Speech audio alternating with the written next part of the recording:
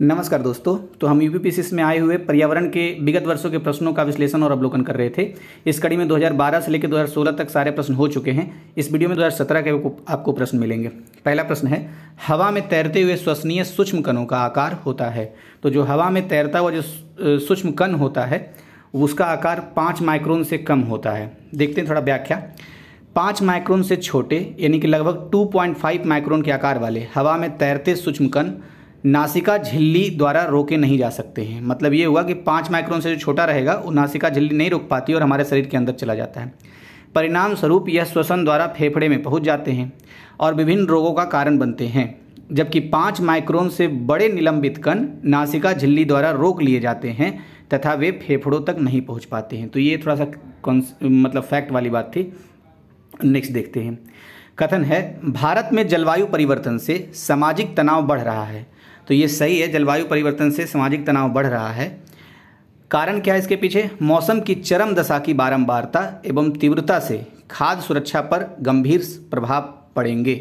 तो ये बात सही है। जैसे अभी भी देखने को मिल रहा है कि दुनिया के प्रत्येक हिस्से में बारिश सामान्य से ज़्यादा हो रही है, तो इसका कहीं ना कहीं असर तो खाद्य सुरक्षा में पड़ेगा क्योंकि खेती प्रभावित होगी।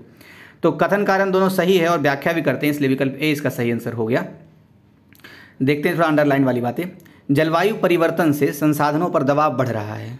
वन, चारागाह, कृषि भूमि, नदीय जल, भूजल आदि संसाधनों को लेकर तनाव तथा आपदा की स्थिति, प्रवसन को लेकर संघर्ष आदि के अनेक प्रमाण उपलब्ध हैं। मतलब कि एक जगह से दूसरी जगह पलायन, जो जलवायु परिवर्तन को सामाजिक तनाव में वृद्धि करने वाला एक प्रमुख कारक सिद्ध करते हैं।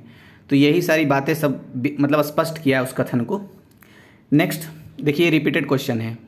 निम्नलिखित में से कौन सा भारत में स्थापित प्रथम राष्ट्रीय उद्यान है? कई बार पूछा जा चुका है। जिम कॉर्बेट राष्ट्रीय उद्यान भारत में पहला राष्ट्रीय उद्यान स्थापित राष्ट्रीय उद्यान है और आज़ादी से पहले 1936 में जिम कॉर्बेट की स्थापना हो गई थी। जिम कॉर्बेट को ही हैली नेशनल पार्क भी कहते हैं, तो ये भी ध्यान रखना है। अन्य विकल्पों के बारे में भी देख लेते हैं थोड़ा सा। जैसे चंदौली राष्ट्रीय उद्यान कहाँ है? यूपी में।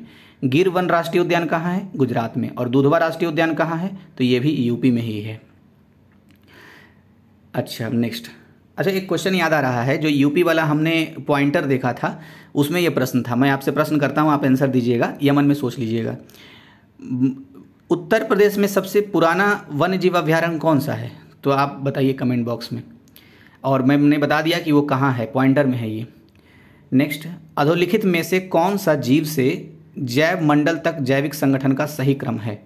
तो जीव से जैव मंडल तक का जो जैविक संगठन है उसका सही क्रम है जनसंख्या, फिर समुदाय, फिर पारिस्थितिकी तंत्र और भूदृश्य। फिर से बोलता हूँ, विकल्प सी इसका सही आंसर है। जनसंख्या, समुदाय, पारिस्थितिकी तंत्र और भूदृश्य। वही चीज़ को देखिए यहाँ पर फिगर में दर्शाया गया है। सबसे पहले जनसंख्या है, जनसंख्या से समुदाय बनता है और समुदाय से फिर पारिस्थितिकी तंत्र बनता है और पारिस्थितिकी तंत्र ही भूदृश्य बनाता है। तो वही चीज़ें यहाँ पर 2-3 फैक्ट है, मैं पढ़ देता हूँ। एक ही जाति के जीवधारियों की संख्या को उनकी जनसंख्या कहा जाता है। दूसरा पॉइंट, 2 या 2 से अधिक जातियों की जनसंख्या मिलकर समुदाय का निर्माण करती है। तीसरा पॉइंट, कई समुदाय मिलकर पारिस्थितिकी तंत्र का निर्माण करते हैं। तथा नेक्स्ट जो पॉइंट है, एक निश्चित भूक्षेत्र में एक या उससे अधिक पारिस्थितिकी तंत्र पाए जाते हैं। और इसी बात को यहाँ पर फिगर में दिखाया हुआ है। देखिए, एक जनसंख्या है कुल एक तरह के जाति का, और फिर दूसरे वाले में अगर हम देखेंगे तो कई जनसंख्याओं का समुदाय मिलकर बना है और फिर इसी तरह से पारिस्थितिकी तंत्र और भूदृश्य बन गया है। नेक्स्ट क्वेश्चन क्या है? निम्नलिखित में से कौन सा तंत्र सही सुमेलित नहीं है? तो एक साइड ग्रीन हाउस गैस लिखा हुआ है, दूसरे साइड स्रोत लिखा हुआ है। तो जो सही सुमेलित है पहले उसे देख लेते हैं। तो कार्बन डाइऑक्साइड जो है ये थर्मल पावर स्टेशन से निकलता है। नाइट्रस ऑक्साइड जलमग्न धान के खेत से निकलता है और सल्फर डाइऑक्साइड ईंट के भट्ठे से निकलता है। जबकि क्लोरोफ्लोरोकार्बन जो है ऑटोमोबाइल से नहीं बल्कि रेफ्रिजरेटर वगैरह से निकलता है, इसलिए विकल्प बी जो है ये सही नहीं सुमेलित था। व्याख्या में भी वही बात लिखा हुआ है कि क्लोरोफ्लोरोकार्बन क्लोरीन, फ्लोरीन एवं ऑक्सीजन से बना मानव निर्मित गैसीय व द्रव्य पदार्थ है, जो कि रेफ्रिजरेटर तथा वातानुकूलित यंत्रों में शीतकारक के रूप में प्रयोग किया जाता है। तो कभी कभी क्वेश्चन ऐसे बना देता है कि रेफ्रिजरेटर से कौन से चीज़ों का निष्कर्षण या ये निकलता है, तो ध्यान रखना। या फिर ऐसे पूछ सकता है क्लोरोफ्लोरोकार्बन के स्रोत कौन से हैं? तो रेफ्रिजरेटर और वातानुकूलित यंत्र यानी कि AC जो होता है। वायुमंडल में उपस्थित ओजोन के क्षरण का क्लोरोफ्लोरोकार्बन एक प्रमुख कारक है। तो जो ओजोन है O3 जिसको हम कहते हैं, तो उसके क्षरण में भूमिका निभाता है ये क्लोरोफ्लोरोकार्बन, जो कहाँ से निकलता है? रेफ्रिजरेटर और वातानुकूलित यंत्रों से निकलता है। अच्छा, ओजोन के बारे में हम जब पढ़ रहे हैं तो याद आना चाहिए कि ओजोन को O3 कहते हैं, यानी कि 3 परमाणुओं से जुड़ करके बनता है। और ओजोन अगर क्षोभ मंडल में आ जाए तो ये एक तरीके से बहुत ही खतरनाक प्रदूषक का काम करता है। और ये क्षोभ मंडल के ऊपर समताप मंडल में रहता है, तो एक तरीके से पृथ्वी के जैविक प्राणियों के लिए ये सुरक्षा कवच की तरह काम करता है, क्योंकि सूर्य से आने वाली पराबैंगनी किरणों को ये छान लेता है, ऊपर ही रोक लेता है। नेक्स्ट क्वेश्चन, ये भी देखिए रिपीटेड क्वेश्चन है। हरितगृह प्रभाव से वातावरण में निम्न में से कौन सा परिवर्तन होता है? तो जो परिवर्तन होता है उसे देख लेते हैं। वैसे इसमें स्टार लगा, पता नहीं क्यों स्टार लगा हुआ है, अभी आगे पढ़ेंगे पता चल जाएगा। डी से देखते हैं, वायु की गति बढ़ जाती है। तो हरितगृह प्रभाव से वायु की गति इसलिए बढ़ जाती है क्योंकि ताप बढ़ जाता है, इसलिए वायु की गति बढ़ जाती है, सही है। जीवधारियों की संख्या बढ़ जाती है, तो ये भी सही है। बहुत सारे ऐसे जीव हैं जो ज़्यादा ताप पर ज़्यादा प्रजनन करते हैं। और बी नंबर में लिखा हुआ है, वायुमंडल में आर्द्रता बढ़ जाती है। तो आर्द्रता बढ़ जाती है इसलिए क्योंकि अगर हरितगृह प्रभाव होगा तो बारिश ज़्यादा होगा, इसलिए आर्द्रता बढ़ जाएगी। एक नंबर में लिखा हुआ था, वायुमंडल में कार्बन डाइऑक्साइड की सांद्रता बढ़ जाती है। तो अब इसमें गलत लिखा हुआ है, कैसे थोड़ा सा देख लेते हैं व्याख्या क्या लिखा हुआ है। पृथ्वी की, अच्छा पहले इसको क्या शायद बाहर कर, अच्छा हाँ यहाँ पे लिखा देखिए, हरितगृह प्रभाव जो वातावरण में ऊष्मा एवं आर्द्रता में वृद्धि करता है से जीवधारियों की संख्या में वृद्धि हो सकती है, क्योंकि ऊष्मा एवं नमी प्रजननता को सकारात्मक रूप से प्रभावित करते हैं। तो नकारात्मक नहीं, सकारात्मक रूप से प्रभावित करता है ऊष्मा और नमी। यद्यपि यह कथन सही है, परंतु यह उत्तर नहीं हो सकता है, क्योंकि यह वायुमंडलीय परिवर्तन नहीं है। अच्छा, हरितगृह प्रभाव से तापमान एवं दाब पर प्रभाव पड़ता है, तापमान बढ़ने से दाब कम होता है। तो एक तरीके से इसमें अगर आप देखेंगे तो मतलब इसको तो वैसे मूल्यांकन से बाहर कर ही दिया गया है, लेकिन विकल्प बी और डी दोनों इसके सही उत्तर हो सकते हैं। ये जो बी नंबर में लिखा हुआ है, वायुमंडल में आर्द्रता बढ़ जाती है, और डी जो है वायु की गति बढ़ जाती है, दोनों इसके आंसर हो सकते हैं, इसलिए इसको बाहर से मतलब बाहर कर दिया है, क्योंकि सही सेट ही नहीं हो रहा था विकल्प। नेक्स्ट, सबके लिए सतत ऊर्जा दशक पहल है। तो संयुक्त राष्ट्र संघ का एक पहल था जिसका नाम था सबके लिए सतत ऊर्जा दशक। तो वही चीज़ यहाँ पे लिखा हुआ है, नवीकरणीय ऊर्जा का वह रूप है। पहले तो नवीकरणीय ऊर्जा को परिभाषित किया है क्योंकि इसी से जुड़ा हुआ ये चीज़ है। तो नवीकरणीय ऊर्जा का वह रूप है जो न तो प्रदूषण कारक है और ना ही इसका प्राकृतिक संसाधनों पर विपरीत प्रभाव पड़ता है।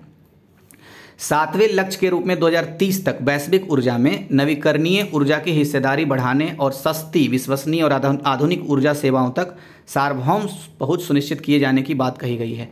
तो देखिए, हमें पता ही है कि जो सस्टेनेबल डेवलपमेंट गोल है वो 17 है, और 17 में से जो 7वां नंबर का है वो यही नवीकरणीय ऊर्जा के बारे में बात करता है। तो ये भी पूछ सकता है कि 7वां किस चीज़ से संबंधित है।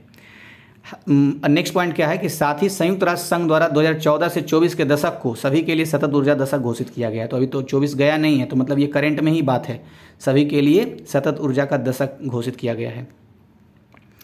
इसमें मुख्य रूप से 3 ही पॉइंट था जो याद रखने योग्य। सबसे पहले ये कि सबके लिए सतत ऊर्जा दशक संयुक्त राष्ट्र संघ का एक पहल है। दूसरा, ये 2014 से 2024 तक के लिए सबके लिए सतत ऊर्जा का दशक घोषित किया गया है यूएन द्वारा, ठीक है। और तीसरा पॉइंट ये था कि 17 सतत विकास लक्ष्यों में से जो 7वां नंबर है वो नवीकरणीय ऊर्जा से संबंधित है। बस यही 3 पॉइंट था। नेक्स्ट, निम्न में से कौन सा सही सुमेलित नहीं है? तो जो सही सुमेलित है पहले उसे देख लेते हैं। पारा से मीनामाटा बीमारी होता है, कैडमियम से इटाई बीमारी होता है, नाइट्रेट आयन से ब्लू बेबी सिंड्रोम होता है, जबकि फ्लोराइड आयन का कारण कभी भी अपच नहीं होता है। क्या इसका आंसर होगा? तो फ्लोराइड आयन की अधिकता से दांतों की बीमारी, जिसे फ्लोरोसिस कहा जाता है, होती है।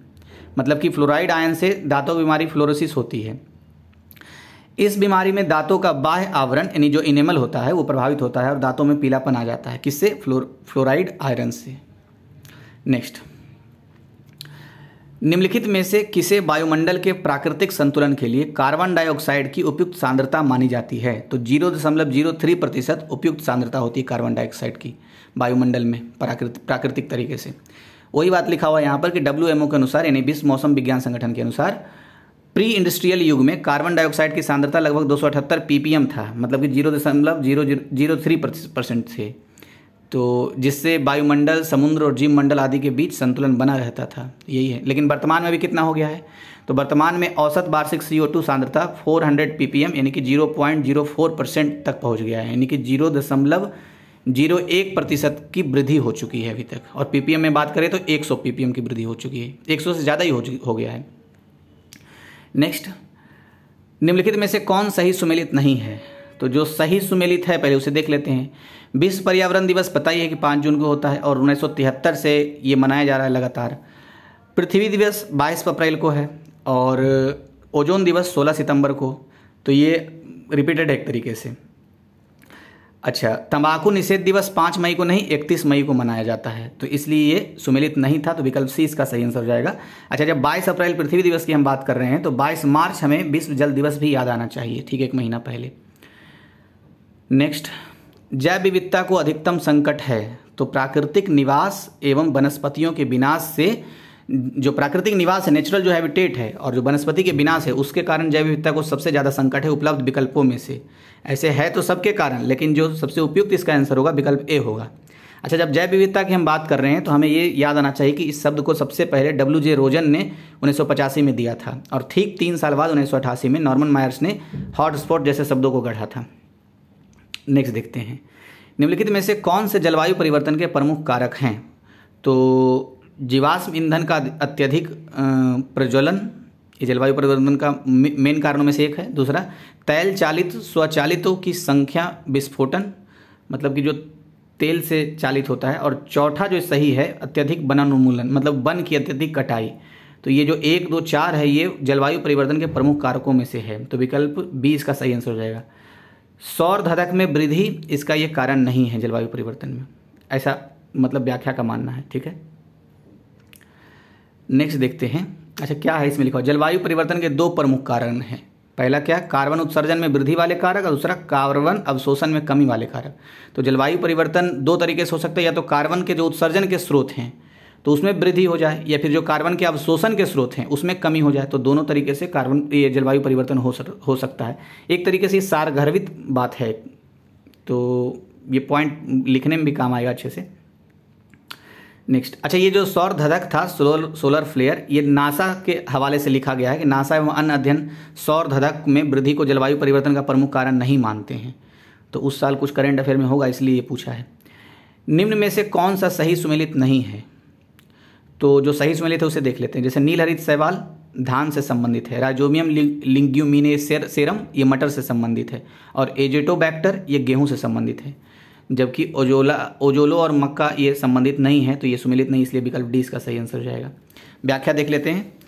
एजोला, एनाबीना, नॉस्टॉक, नीलहरित शैवाल आदि धान की फसल में नाइट्रोजन स्थिरीकरण को बढ़ावा देते हैं, ये जैव उर्वरक की तरह कार्य करते हैं। तो यही खास बात था। राइजोबियम के बारे में वही लिखा हुआ है कि राइजोबियम लिग्यूमिनेसेरम मटर की फसल में, जबकि एजेटोबैक्टर गेहूं की फसल में नाइट्रोजन स्थिरीकरण करते हैं। मतलब ये सारे नाइट्रोजन स्थिरीकरण के फैक्टर थे। सामान्यतः एजोला मक्का की फसल में नाइट्रोजन स्थिरीकरण करके कारक के रूप में प्रयुक्त नहीं होता है। तो ये बातें हैं। तो कुल मिलाकर के इसमें क्या याद रखने वाला है कि नीलहरित शैवाल धान के खेतों में नाइट्रोजन स्थिरीकरण करेगा, राइजोबियम लिग्यूमिनस मटर के पौधों में करेगा नाइट्रोजन स्थिरीकरण, एजेटोबैक्टर गेहूं के पौधों में करेगा नाइट्रोजन स्थिरीकरण। तो नाइट्रोजन स्थिरीकरण के ये सब कारक थे। नेक्स्ट क्वेश्चन, निम्नलिखित में से किस पारिस्थितिकी तंत्र में पौधों का जैविक पदार्थ अधिकतम है? तो जैविक पदार्थ अधिकतम जो है एक कॉन्सेप्ट वाली बात है, आपने इन्वायरमेंट पढ़ा होगा। तो उष्णकटिबंधीय वर्षा वन जो होते हैं उस पारिस्थितिकी तंत्र में पौधों का जैविक पदार्थ अधिकतम होता है। तो विकल्प बी इसका सही आंसर है। मैं फिर से बोल देता हूँ, उष्णकटिबंधीय वर्षा वन के पारिस्थितिकी तंत्र में पौधों का जैविक भार यानी कि जैविक पदार्थ जो होता है वो अधिक होता है। और ये कहाँ पाए जाते हैं उष्णकटिबंधीय वर्षा वन? भूमध्य रेखा के निकट 10 डिग्री उत्तरी या दक्षिणी अक्षांश के बीच में। विश्व का सबसे बड़ा बायोम भी यही है। कहते हैं कि 8% जो जैव विविधता यहीं उष्णकटिबंधीय वर्षा वन में पाई जाती है। और इसकी खास विशेषता एक और है कि 200 सेंटीमीटर से अधिक वर्षा पूरे वर्ष भर होती है वर्षा। अच्छा, वही सारी बातें लिखी हुई है इसमें व्याख्या में। नेक्स्ट क्वेश्चन, भारत सरकार ने वन संरक्षण अधिनियम किस वर्ष में अधिनियमित किया था? तो वन संरक्षण अधिनियम अगर अधिनियमित करने की बात आए तो 1980 में किया था। 2 अधिनियम के बारे में और हमने पढ़ लिया है। जैसे एक पर्यावरण संरक्षण अधिनियम 1986 में आया हुआ है, अब वन्य जीव संरक्षण अधिनियम 1972 में आया हुआ है। जबकि वन संरक्षण अधिनियम जो अधिनियमित हुआ है 1980 में। वन संरक्षण की बात करें 1980, पर्यावरण संरक्षण की बात करें 1986, वन जीव संरक्षण की बात करें तो 1972। नेक्स्ट, सूची 1 को 2 से मिलाना है।